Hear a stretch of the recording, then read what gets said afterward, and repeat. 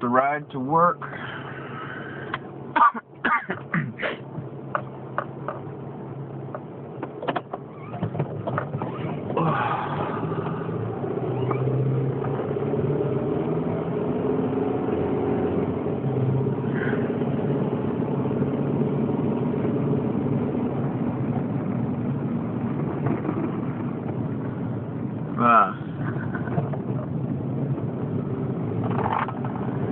Just reflecting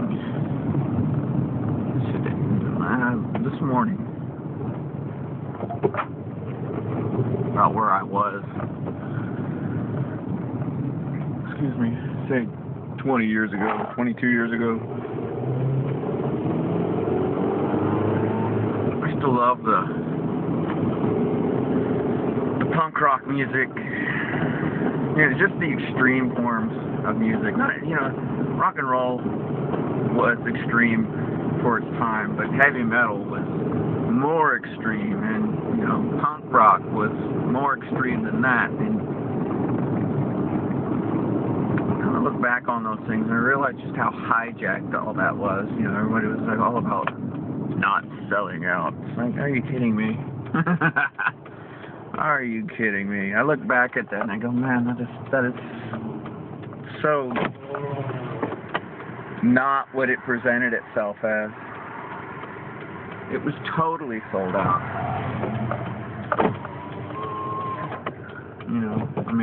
Even the punk rock with their strange form of anarchy. No, man, it was a movement set up from on high to debase culture. It is such a joke. It's such a slap in the face. They did that on purpose. They did that on purpose.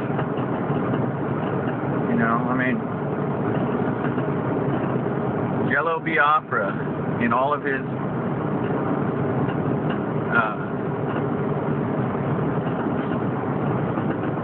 flamboyance, all of that, he was, I don't know that he was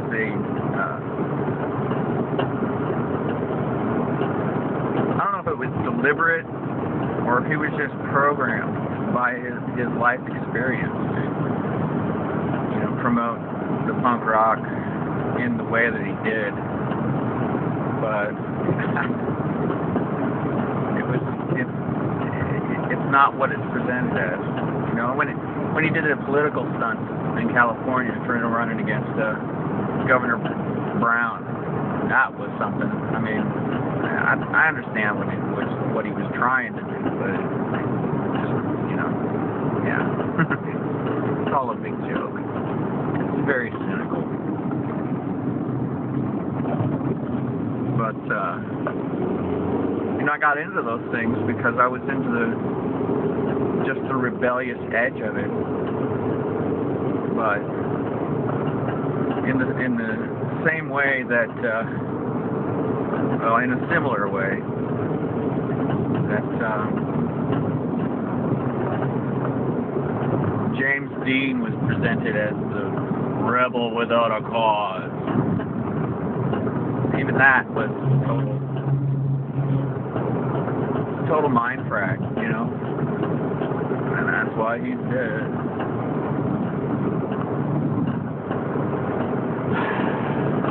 But for me, I'm simply the rebel without a clue. I just knew that there was something desperately wrong with the system as it was and still is. And it's much worse now than it was then. I knew that something was seriously wrong, and something radical needed to happen to bring real change, quantifiable change of a positive type to come around. Because I was looking at real history, and I was seeing how we used to have communities, and we used to have, just listening to my parents and my grandparents, and stories that they had from when they were children, and I was looking at my life and going, what happened? What? Where is that? You know? I remember reading my Bible and thinking, where is that? Why is my culture, why is the time that I'm coming up so far wrong from any of this stuff? Why, why? What is going on here? And I didn't have any clue what was really going on, and I didn't have really, enough information to know how to really buck that,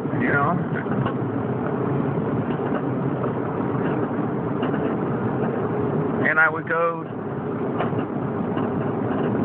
to the so-called men in my life, the parents, grandparents, pastors, teachers, And if I didn't get, shut up, kid, you asked too many questions. If I didn't get that, then I don't know, find your own answers. I have to thank my dad for that one thing.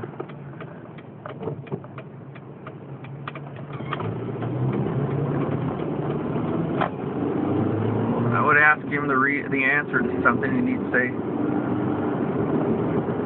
go find your own answers, kid. I don't have any answers. I don't know anything, more or less is what he was saying. He was saying, I don't have the answers that you're looking for. You're going to have to find that somewhere else. So I did. Go out looking for the answers that I was looking for, If I would ask a question and I didn't like the answer I got, I would go somewhere else. I would go find it somewhere else. It's not until I got really into reading my Bible and really doing the things that are explained quite clearly, quite concisely, that I realized what real rebellion is.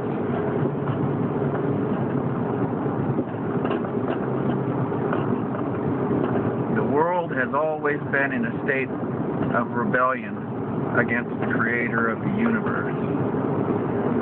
And so to really buck the system that you see all of the hypocrisy in, you have to start reading your scriptures for yourself and doing that. And I know I got some of you religious people out there going, I do that. No, you don't. No, you don't. Because if you were really reading your Bible and you were really doing what it says to do inside your Bible, you will find yourself meeting the left foot of fellowship. And I mean that you will be ostracized from your congregation so fast, forget about your head, you will see the backside of their head as they turn their back on you.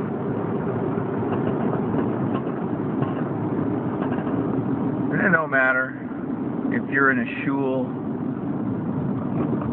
or if you're in the assemblies of God, and even to some extent in the so-called Messianic assembly. Boy, those guys are messy. The messy antics. Go. What are you doing? What are you doing? Go. Why are you just sitting there? You don't have to let the entire row go. What's wrong with you?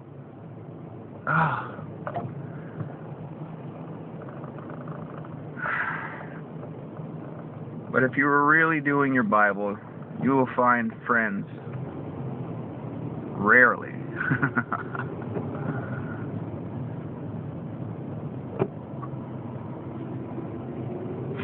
I take that back. I think there really is an awakening to this stuff going on, and I'm slowly finding myself surrounded by friends who are like, wow, man, it really takes a lot to,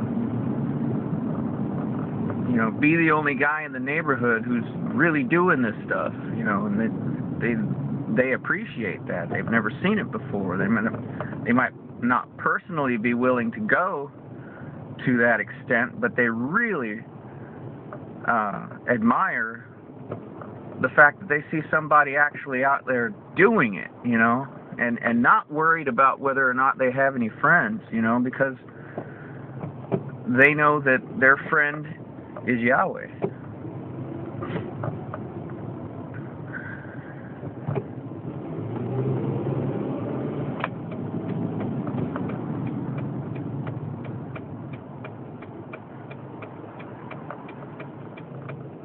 But I'll tell you, it's been lonely. It's been lonely for a while. I've always, and going back, man, I've always been ostracized from people. Always been perceived as different, weird, strange, crazy, whatever. Whatever the label is, I've always been perceived as an outsider, as just being ostracized pretty much my whole life. So it hasn't been that hard for me to just do something different than what I've, you know, than what is presented to me as copacetic or successful. This is the status quo.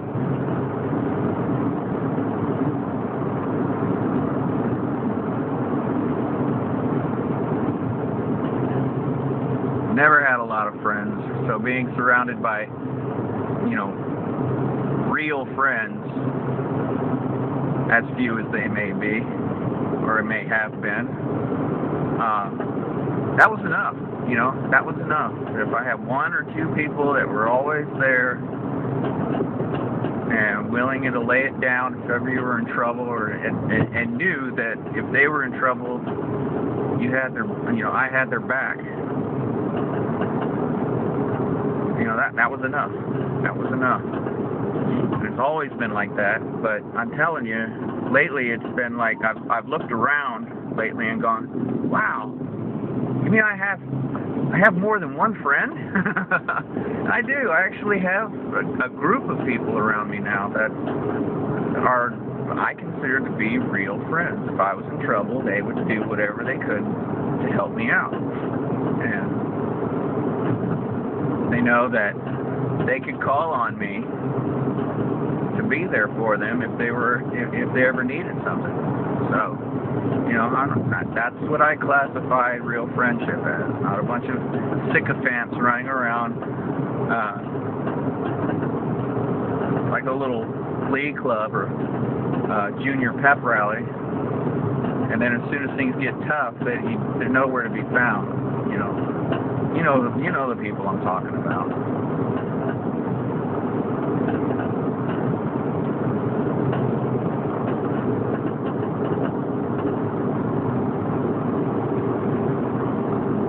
Looking for drones.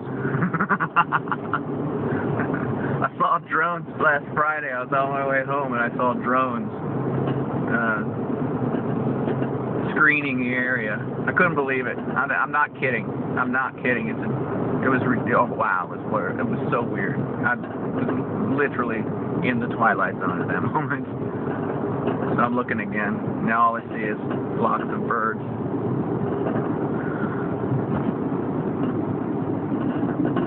At any rate, real rebellion. I'll finish with this. Real rebellion against the system is not, you know, the degenerate forms of rebellion that are presented. It's all demonic. It's made to hijack the culture and drive it into the ground. That's what Satan does. It hijacks anything good, any grassroots movement, and runs it into the ground. And the only real rebellion is to start reading your Bible and doing that. You'll find the hypocrisy in your congregation like that once you start doing what's written in your Bible. And I guess that's what makes it hard for so many people, you know. I remember when I first started doing this, it was, oh, You know, if you start keeping commandments, you're going to lose your salvation. I just turn around to them and go, where does it say that in my Bible? Where does it say that? Where do you get this idea? I used to get mad. Where did you get this stuff? Did your pastor tell you that?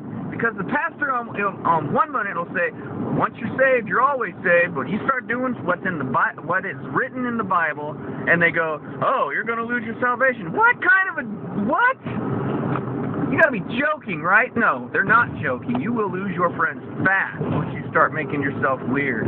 Oh, he started keeping commandments. He's going to lose his salvation. We're going to have to pray for that guy. It's like, right here, it says, right here, blessed is he who does what I say to do. It says right here, those who love me will keep my commandments. Well, which commandments are those? Those from the beginning.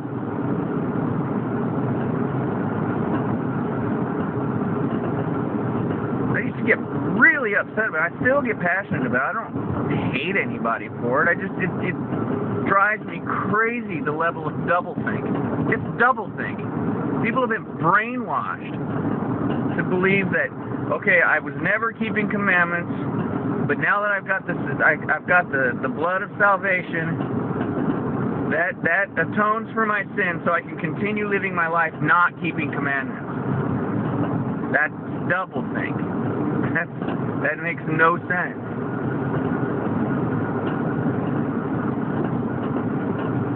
Keeping the law will lose your salvation. Or, you know, we are not saved by acts of the law. I'm not trying to get saved by doing acts of the law. I'm trying to do those things that are pleasing to my Father in heaven. I'm trying to do those things that I know if I do them, I will be blessed. Shouldn't be keeping the law. That doesn't make any sense. Thou shalt not steal. Thou shalt not murder. Thou shalt not covet thy neighbor's anything. What? Where does it say that? If you start doing those things, you're going to lose your salvation. That makes absolutely no sense. You know, keeping commandments. Don't cause your children to whore. How is it your life is not blessed if you keep your children from whoring? Don't mate with animals. It's an abomination. No doubt. How is that going to lose my salvation? How is... This doesn't make any sense, you know? So yeah, that's true rebellion. You'll see the rebellion in other people's hearts once you start keeping commandments. You'll see the hardness in people's hearts real fast. And you'll see what real rebellion's about.